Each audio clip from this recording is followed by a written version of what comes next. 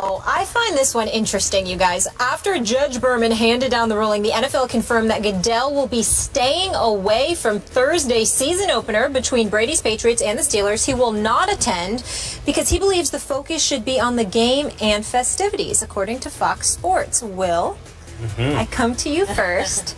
Do you have a problem with the commissioner of the National Football League not somewhere with attending, no, I'm unbiased, not attending the season opener of the defending Super Bowl champions?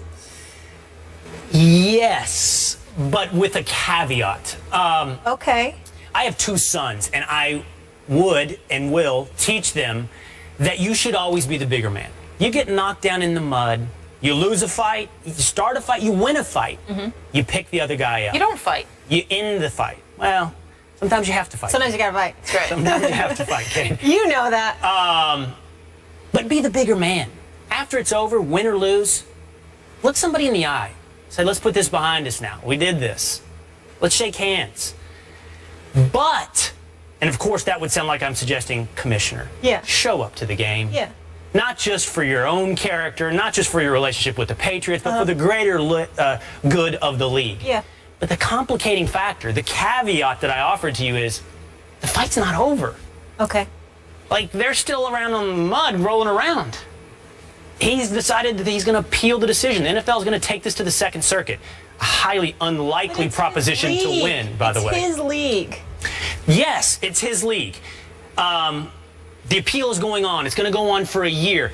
Less than 10% chance, by the way, that you win on appeal at the Second Circuit. So, for all intents and purposes, I don't know. I was going to say that as well. I've been researching winning percentages at the Second.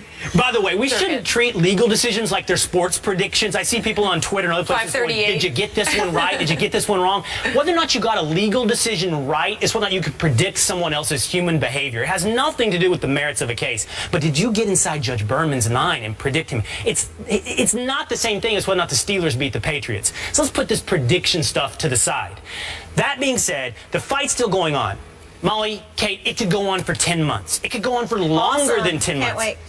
The commissioner can't put that on hold for 10 months. He can't put the greater good of the league, his relationship with the New England Patriots, on hold for a year. You can't have a festering bubble of anger in one of 32 places in this league. Yes, I'm talking myself into it as we go. Yeah. He should be at that game.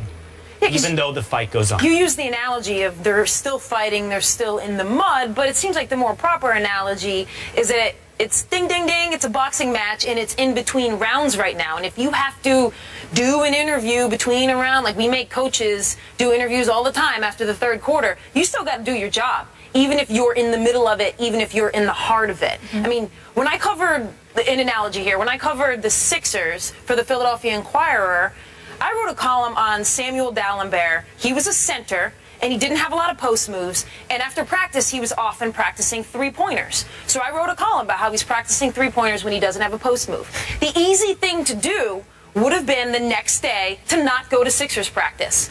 In fact, I could have even told everybody that it was better for the Sixers if I didn't go to Sixers practice, because I didn't want to be a distraction. Because I knew Samuel Dalembert probably wouldn't be very happy. But I went to Sixers practice because that's the whole point. Of course you did. You got to, if you write a column, same as what's happening here in the NFL, not exactly the same, right? You got to show up the next day. You got to show up and take whatever heat for taking whatever stance you've decided to take.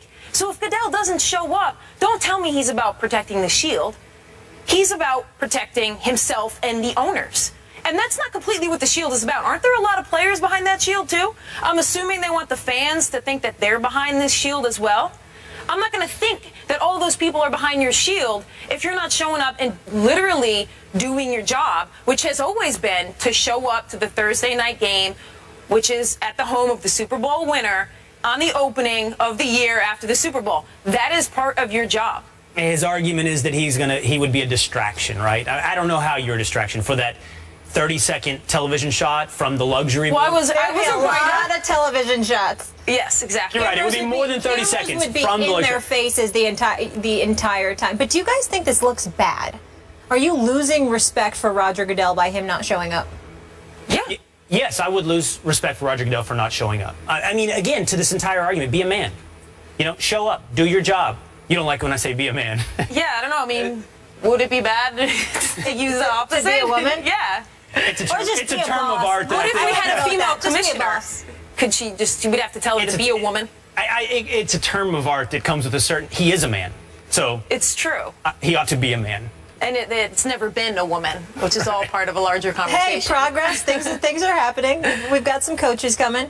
All right, let's keep this one going, though, and focus on the field now. So now that Brady will play the first 4 games of the season, the Vegas odds have been updated. According to Westgate Las Vegas Superbook, here are New England's odds before and after the Tom Brady ruling. I want to highlight something here. There was a 4-point swing for Week 1 based on one player. That's number 12. And their odds to win it all went from 10-1 to 8-1. Kate, what are your expectations for this Pats team now? They're really high, but they've always been really high. I mean, even when I assumed that Tom Brady's 4-game suspension would be upheld, I figured they would maybe go 3-1, and then very smoothly, as all things go with the Patriots, Tom Brady would get behind the wheel of that car, and they'd be off and running. So my expectations for them are really not very different today than they were 2 days ago. I mean, I think I have them in the AFC Championship game if I had to predict right now. Obviously, I'm a little worried about their secondary. They've got... Yeah. You know, Darrell Revis is a huge loss. I think they're going to have to be really, really smart in that secondary. But that's the thing that they've always proven that they can do, is that you may not think they have the right guys, but then they have the right guys. So my expectations for this team are the same as they were before, which is really, really high. Oh, mine are different. Mine are different. I think you have to put the Patriots as the favorite to be in the Super Bowl, if not to win the Super Bowl at this point. One thing the Patriots have shown the ability to do is to adopt an us against the world mindset. If somebody hates us, real or imagined, we rally together and get better. I have friends that have played for the Patriots. They've told me about the slights that Bill Belichick will latch on to and the team will rally around to become that safe haven amidst a world that's against you and makes you better. In the year that Spygate came out, Week 1, 2007, they went 16-0. I think Tom Brady comes out with the biggest chip on his shoulder. The New England Patriots organization as a whole comes out with the biggest chip on their shoulder. And if past is precedent, they will be so scary this year. If I'm the Buffalo Bills or the Miami Dolphins or the Indianapolis Colts, for that matter, who might see them somewhere down the line in the playoffs, I would be very, very afraid of the New England Patriots. Super Bowl. I don't know about champion. You and I agree on that, the chip on the shoulder, but like, what changed with the reversal of the suspensions on that? Regardless of whether Tom was out 4 games or not out 4 games, this team was fired up. Yeah, the rhetoric that Belichick was going to use, in fact, some of that might have even been to a higher degree if Tom Brady had been suspended for 4 games and then they had backup QB and it was like, let's prove to the world that we can do it. So I totally agree with you that they take that mentality and that they're absolutely going to have this mentality this year. I just don't see what the suspension changes with all of that. That's interesting. Had Tom Brady been suspended for 4 games, might they have had that extra intangible even more than him having a suspension completely gone? Either way, you're right. They are going to have that attitude as a result of this entire incident. And they certainly have room to be better. Yeah. They weren't at 100% capacity, can be no better. Yep. And I anticipate that defense they will be better. All right. A little college football now? Yes. That's more sports? Yes. We had real college football last night. Right. We had real games. We did. TCU. Yes. And one of our favorites might have some question marks. Okay. Up next. I know your predictions. Ohio State is the defending national champion and unanimous #1 team in the country heading into the season. So should we already plan another title celebration in Columbus? We make college football playoff picks. That's next. What do you think about